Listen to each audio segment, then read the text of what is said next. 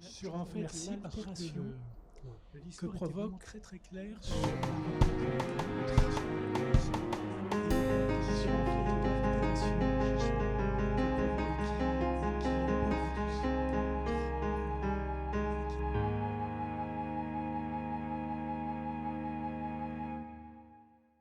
Galien, écoute, je suis très heureux d'être là ici avec toi. On est vraiment tout proche de ton hôtel parisien. Euh, on est à l'aube de ta participation au salon de l'autre libre des 4, 5, 6 novembre. Et bah voilà, moi je voulais parler avec toi de ton livre, Échec et maths. Tu as écrit Échec et maths il y a donc quelques mois. Ce qui est très très agréable, c'est qu'on se rend compte qu'il y a déjà beaucoup de commentaires sur l'œuvre, de beaux commentaires, mais il y a les commentaires sur l'œuvre et il y a l'écrivain. Donc moi, je voulais savoir un petit peu comment tu te situes, c'est-à-dire tu as écrit un ouvrage qui se situe à la lisière de beaucoup de genres et qui s'en détache à la fois, donc le road trip, le, l'épopée, la fable. Mais qu'est-ce qui te relie, toi, à cette œuvre? Parce qu'en fait, il y a quand même un lexique qui est assez récurrent, et quand tu en parles souvent en ces termes. La fièvre, l'urgence. Est-ce que Gabien Sartre est quelqu'un de fiévreux? Oui, Gavin Sars a été longtemps fiévreux et l'est encore par moments. Alors avec l'âge, le temps et la technique littéraire qui vient, qui suit de plus en plus, on apprend à calmer, à apaiser, à filtrer la fièvre. Mais elle reste là et tant mieux, puisque c'est d'elle que tout part. Mais pour répondre rapidement, j'ai effectivement rejoué dans Échec et maths la fièvre, une des fièvres qui ont été miennes quand j'ai été étudiant et que j'ai fait la découverte la plus grande, la plus forte de la liberté. Et à travers Théo, de façon très indirecte, et Théo n'est pas du tout moi, mais j'ai rejoué dans le monde de la fiction cette découverte qui peut couper le souffle et à la fois qui en donne tellement, qui est la découverte de la liberté. Et donc, voilà, c'est vraiment ça. Échec et maths, aujourd'hui, et avant tout ça, pour répondre à l'autre part de la question, c'est évidemment un roman d'anticipation, un roman initiatique, j'y tiens, un roman d'aventure, une odyssée, indéniablement, dans les sables. Mais c'est pour moi, intimement, personnellement, un livre que j'ai écrit en 3 semaines, était dans mon garage. Mon bureau à l'époque était dans mon garage. Et en retrouvant au plus fort, au plus intense, cette liberté étudiante. Cette liberté, puis cette urgence pour le coup, Oui, puisqu'en cette fait urgence. c'était un processus extrêmement dense, rapide. Ouais, exactement, c'est tout à fait ça. L'urgence d'être libre, l'urgence de vivre, hein, c'est ça. Et ça a été un roman très heureux dans l'écriture. Enfin, la phase d'écriture a correspondu, c'était l'été. Et la dimension tragique et sombre, il y a beaucoup d'ombre dans Échec et maths, pas que, il y a des lumières éblouissantes, n'est pas du tout en accord avec l'état d'esprit, l'état corporel dans lequel j'étais quand j'ai écrit ce roman, qui a vraiment été un roman de joie. À propos d'échecs et maths, toujours, que symbolise pour toi un personnage comme Théo, qui, dans le récit que tu nous proposes, est un personnage qui est à la traîne des événements, qui pour autant est porteur d'une certaine fébrilité, d'une attente, le rêve. Euh, qu'est-ce que ça symbolise, ce personnage qui est contraint à l'allure vive? Euh, Qu'est-ce que ça signifie au-delà de cette épopée, de cette traversée du désert, euh, cette psyché de ce personnage?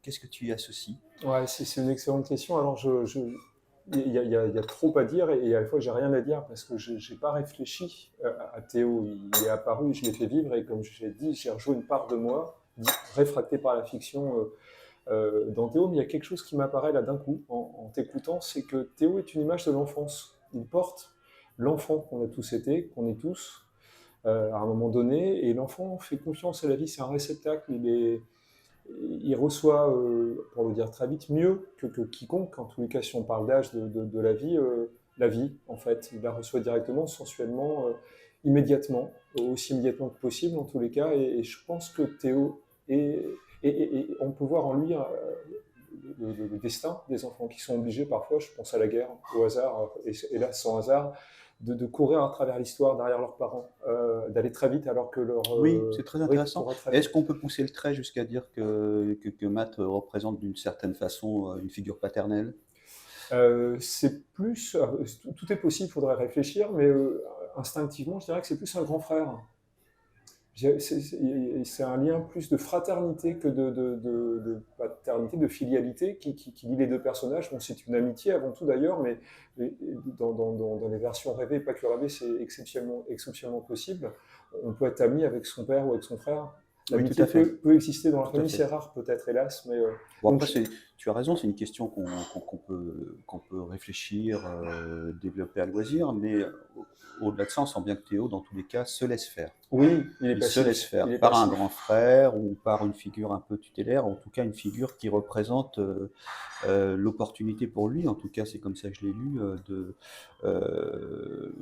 d'échapper à un monde qui referme toute la part du rêve, qui n'offre aucune perspective. C'est ça, qui empêche l'épanouissement, la croissance. Il y a aussi dans Échec et Maths un ressort très très puissant qui est porté par toute l'intrigue et tout ce qui fait Échec et Maths, qui est la notion, alors je ne sais pas si c'est une notion qui est dans ton répertoire de langage, de destinée. Et à te lire et à t'entendre, puisque maintenant on commence à bien se connaître, on peut avoir la sensation que tu es quelqu'un de déterministe. En fait, on a dans Échec et Maths une puissance de désir croisé énorme, portée par une quasi-prophétie. Et le titre de ton ouvrage le porte, on est confronté à un échec. Et on a la sensation, pour le dire sur un plan peut-être plus politique ou sociologique, que les personnages d'Échec et Maths n'échappent pas aux places assignées. On a des places assignées, on a des trajectoires assignées, on peut être dans des logiques d'action extrêmement puissantes, comme c'est le cas dans Échec et Maths, mais on n'échappe pas à son destin, si on veut choisir ce terme-là, ou en tous les cas, aux places assignées. Donc je voulais t'entendre à ce sujet-là. Est-ce que tu te perçois comme un déterministe? Et si oui, un déterministe modéré ou un déterministe acharné? Ouais, c'est une immense question. Ce qui est sûr, c'est que dans ce roman et dans d'autres, le prochain qui pourrait venir, le tragique est très fort, donc ça reprend et ça résume pas mal de choses que tu as dites.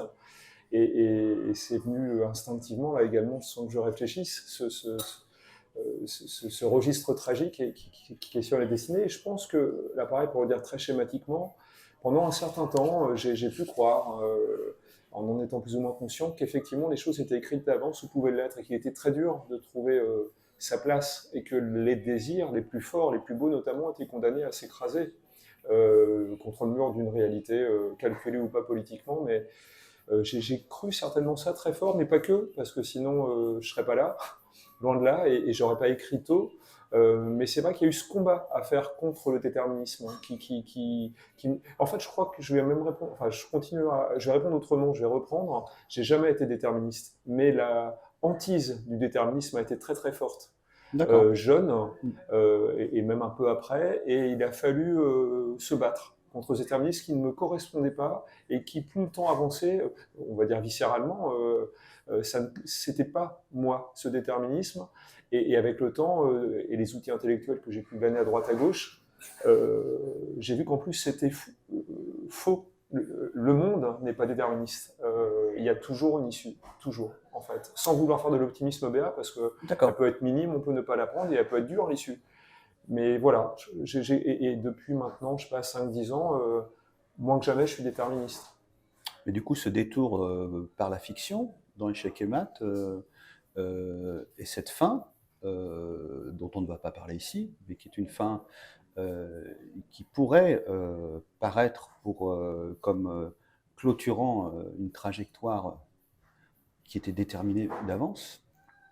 Comment on doit la concevoir, cette fin? Moi, je l'ai lue comme une fin potentiellement ouverte, Et c'est là que se niche probablement la marge, ou les tout à marges fait. La de brèche, liberté les brèches, ouais. ou d'effets libérateurs de ce Ouais, monde ouais, bravo. oppressant. Quelqu'un a écrit, on verra peut-être un jour le texte, que la fin peut être vue comme une chute ou comme un envol. Et je crois qu'on est dans l'ambivalence de la fin, qui effectivement peut être tout à fait vue comme une chute brutale et le saut d'une certaine tragédie, d'une dimension tragique, indéniablement, mais en fait non. Effectivement, c'est une ouverture. Le canyon, d'ailleurs, c'est à la fois une image enfermante, verticalement, qui conduit. On a là une métaphore parfaite du déterminisme, mais au bout du canyon, il y a un bout, il y a une ouverture, et cette ouverture, elle donne sur la liberté, sur l'ouest, point cardinal de la liberté symboliquement. Et donc, Échec et Mat se termine sur une grande ouverture béante, d'ailleurs, qu'on retrouve dans un détail de la fin dont je ne parle pas. Et il y a un au-delà dans Échec et Mat. Alors, le mot est grand, mais c'est pas abusif. Un au-delà, alors sans théologie, hein, sans référence à un Dieu possible. En tout cas, un au-delà de soi. Il y a un au-delà de soi. Il y a un au-delà de soi, exactement. Et ce qu'il semble se passer à la toute fin d'Échec et Mat ne se passe pas finalement totalement. On aura peut-être une suite, une prolongation qui le montrera.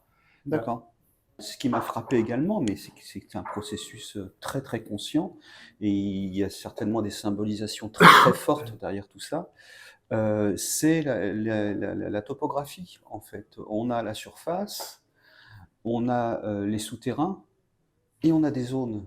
On a une zone blanche, on a une zone grise et une zone noire, c'est ça.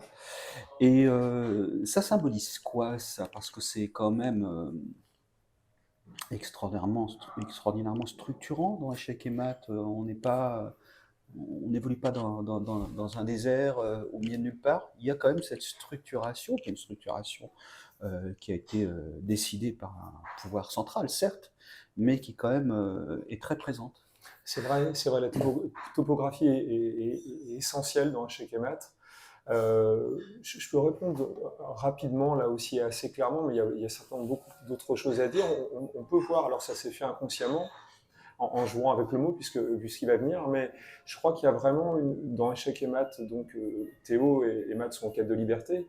Leur désir affronte un monde hostile et fait tout pour trouver des brèches, des poches d'air. Et c'est donc des consciences agissantes, des consciences excessivement corporelles. Le corps est avec la conscience. Ça, c'est peut-être une des choses les plus intéressantes d'Échec et Mat, c'est que c'est à la fois un roman très cérébral, et je vais te dire pourquoi, en répondant à ta question à laquelle j'ai toujours pas répondu, mais excessivement corporel. Et il n'y a pas de dualisme, les deux vont vraiment ensemble. C'est des corps pensants, des corps vivants. Et donc, la topographie d'Échec et Mat, avec ces tours verticales en surface, sont des aires horizontales, et ces strates, ces couches souterraines, peuvent tout à fait être vues comme une métaphore de ce que Freud a à plusieurs reprises stratifié d'ailleurs au niveau de la psyché humaine. Voilà, il y en a deux, et je crois que c'est à la première que ça fait référence. On a le monde de la conscience, d'où la lumière, la surlumière parfois éblouissante. On peut penser au surmoi des extérieurs du désert. Il y a la zone effectivement grise et la zone noire qui pourrait renvoyer à l'inconscient, et c'est là que se trame l'essentiel. C'est là que les forces, les pulsions politiques naissent et vont se confronter au calcul de la surface.